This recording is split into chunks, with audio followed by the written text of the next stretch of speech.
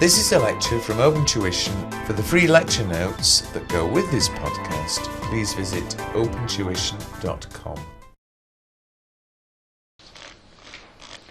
Then we get this lovely one, Deontology and Teleology. When this was first introduced, and it was only introduced in P1, it's only introduced in 2007, I saw these words and thought to myself, do you know, I don't know what they mean. I've never heard of these words. This is not something that I've ever heard anyone in England use these words. So I asked my two sisters, who were both English teachers. I said, what's Deontology and Teleology? And the younger of my two sisters said she wasn't really sure, but she thought deontology was possibly something to do with dentists. Deontology. Teleology, she thought, might be something to do with television. So it could have been a television documentary about dentists. So I ignored that.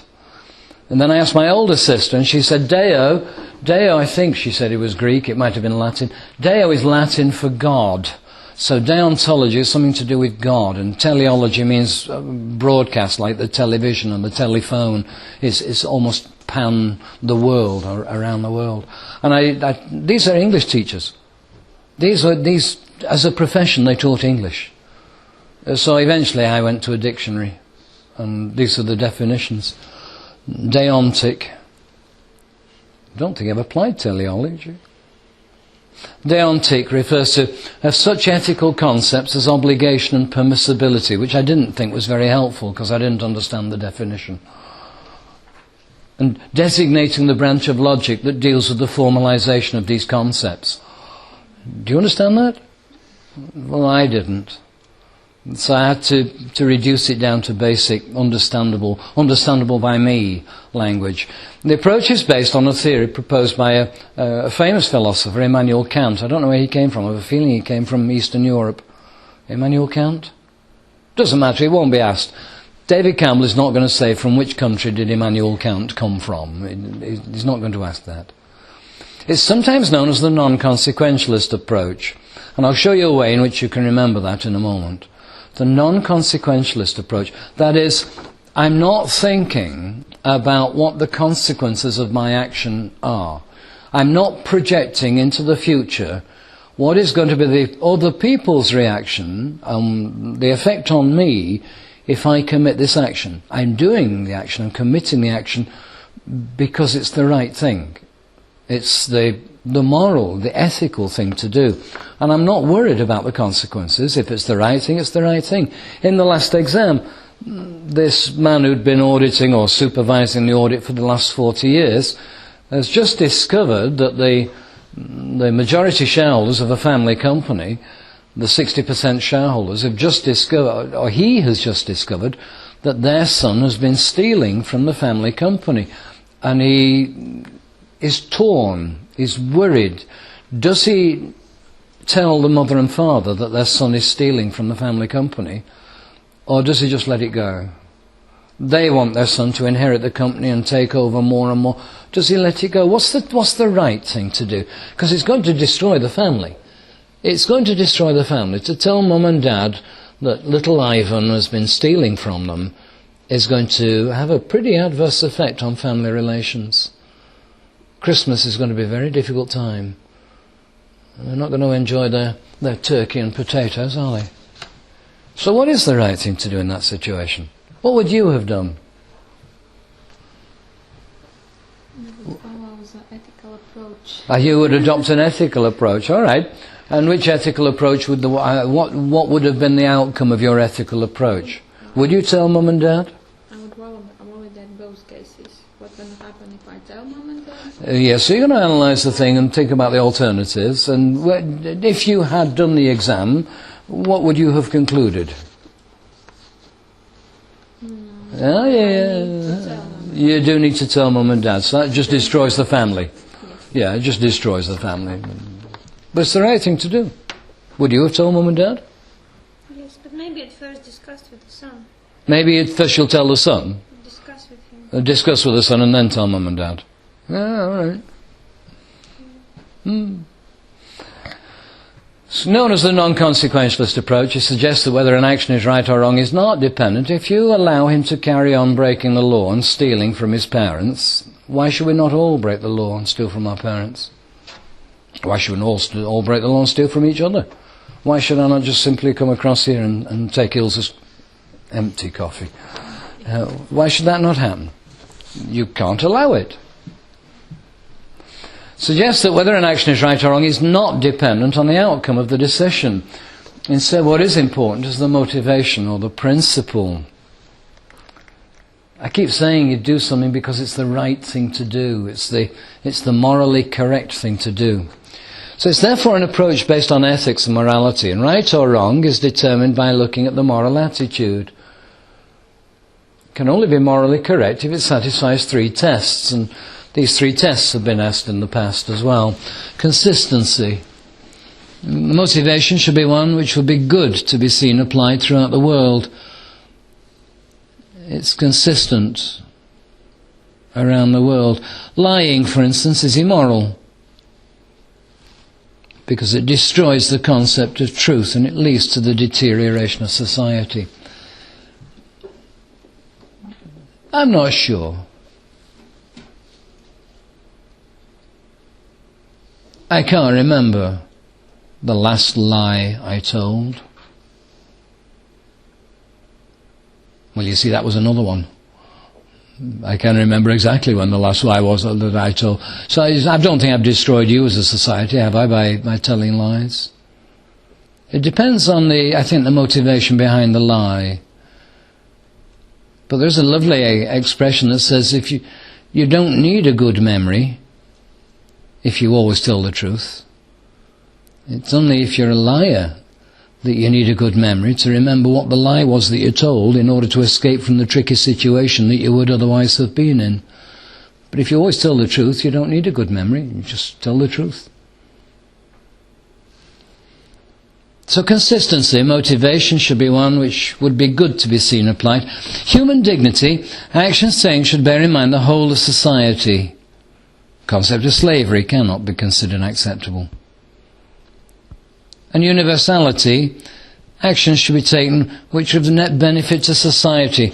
And they've given you this hypothetical question: have you ever done anything in your life which, if it were published, would cause you embarrassment? If it now appeared in Business Vienna that this is what you'd done, would you? No. You wouldn't, would you? You've never done anything about which you could be embarrassed, have you? I'm not asking, well, I am actually, but answer it for yourselves in your own mind. Page 98, Teleology. This is defined as well. This is defined as the belief that certain phenomena are best explained in terms of purpose rather than in terms of cause.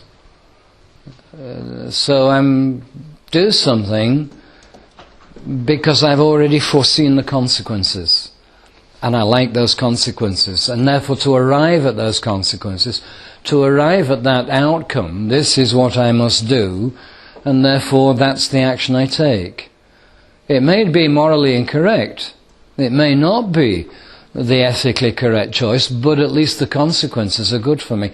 And therefore this one is called the consequential approach. The Deontology was the non-consequential approach. This one is the consequential one. Motivation for the action is not important. What is important is the fact that I will benefit at the end. And that's why I take the action. But then we need to consider benefit for who, and you've got this split, the egoist and the utilitarian. And the egoist says, is it good for me? The utilitarian says, is it good for society, or is it good for the majority? Is this the thing that I should do because it's good for the majority? Is this the thing that I should do because it's going to benefit me? And these are not mutually exclusive. They can live together, these two ideas of egoism and utilitarianism. For instance, just think about John. Do you think he's come out here as a missionary? Do you think he's adopted this religious stance that leads you and your compatriots through the dark into the light of accountancy? Is that why he's here? To get a warm feeling in his heart? Is that why he's here? Or is he here to make a profit and to earn a living? That's why he's here. But it's also for the benefit of society. Because the more of you who qualify as ACCA, the more ethical, the more moral will become the business community, because you will enter into the business community with your moral and ethical attitudes, and you will slowly change your society. It's only going to be slow, but it will change because of the increasing number of accountants out in this part of the world. Do you not think? And when you get out there into the world, having qualified, and I'm not saying that you have to qualify to be ethical, you can be ethical as a result of this little talk this afternoon. You can be ethical. And when you go back to work, you can then introduce your ethical, moral standards into your workplace, and the people around you will see that this is the right thing to do. Am I talking bullshit? No, I'm not. This is real stuff. This is how it should work. In a general sense, the utilitarian view looks at consequences of a proposed action, and then it tries to measure, we try to balance what good effects will happen, what bad effects will happen, and on balance, therefore, which is the better. But how do you measure them? How do you measure good and bad? And it's not possible. Another word for consequentialist. Another word for consequentialist is normative. It's also known as a normative approach. This is the non-consequentialist. This is the normative approach, the non-consequentialist. Whereas the consequentialist, the one where our action is dictated by the consequences, this is instrumental.